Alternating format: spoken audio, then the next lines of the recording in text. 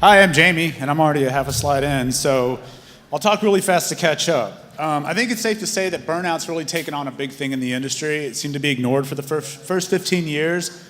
What I've noticed, though, is it seems to be related to incident management. And that's a good thing that we're finally focusing on that. But what about the operators?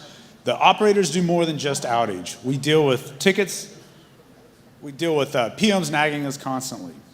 Now, how do we know what our thresholds are for stress? If you're going along one day and it's time to just say, hey, put that phone down. Yeah, you. That's a time we're probably reaching the limit of our threshold. So I assume most of us are professional enough to realize, to rely on and trust the feedback of others. Whether that be your peers, your mentors, or your managers, or if you're a manager, you're direct. The wonderful thing about feedback, golly, I'm really behind. The wonderful thing about feedback is it's an outside-in perspective of what we can't self-rationalize ourselves. For many years, I ran 110% full bore. Well, there was a stack of requests that day, this outage or that outage. All right, I'm just jumping ahead. Why do we care about this? Why are we going to invest time in maintaining a happy mental state? Anyone here, well, I think we all agree we've worked with some assholes in the day. Your manager ever come up to you and said, dude, you're the asshole. Nobody wants to work with you. Don't be the asshole. The technology industry has talked outage and postmortem ad nauseum, but what about the day-to-day? What have others suggested as the productive day? Most of what I found is work about an hour, take a 20-minute break. So the brain works in two modes, focus and diffuse, and both have an impact on productivity. So let's discuss a few reasons why breaks from focus mode are important.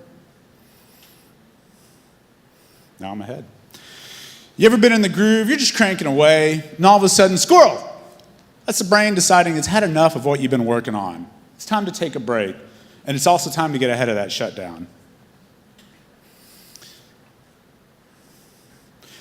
It helps with connecting the dots and putting what we've learned into a proper slot. You ever been driving down the road or walking around the Costco and all of a sudden something that's been bugging you and you're not even thinking about it just clicks into place all at once? That's the brain sorting things out on its own. And it gives you time to reevaluate the goal. Sometimes when we're deep in the weeds, we get a little lost. So stepping back just allows us to take the time and evaluate if we're still on track or if it's time to self-correct. So what do we do with these 20 minutes? My advice is get away from the computer. It's time to push back. Don't check social media, at least not till after November, and avoid the email for a bit. Just go outside, take a walk, and breathe. Be positive. One thing that excess negativity leads to, or one thing excess stress leads to is negativity. The Debbie Downers, the guy in the room that just wants to bring everybody down to their level. Find your mountaintop so you can see clearly. So how do we incorporate movement, though, into our day-to-day work life? First answer is easy. Get a stand-up desk, or the hamster desk. I think I saw it toting it around recently.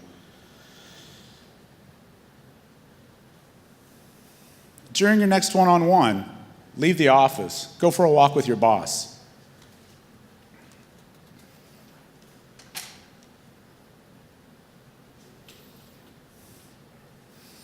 Wow, that slide's holding.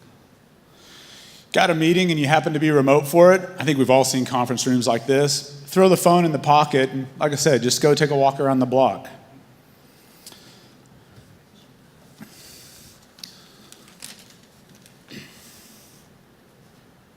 The moral of the story here is ask yourself, do a weekly self-retro. Do you question how you feel? Are you noticing your sleep patterns? These all have an impact on your mental and physical well-being. Go take a walk and think through the week. To put things into perspective, to think outside the box, you got to remove yourself from the box.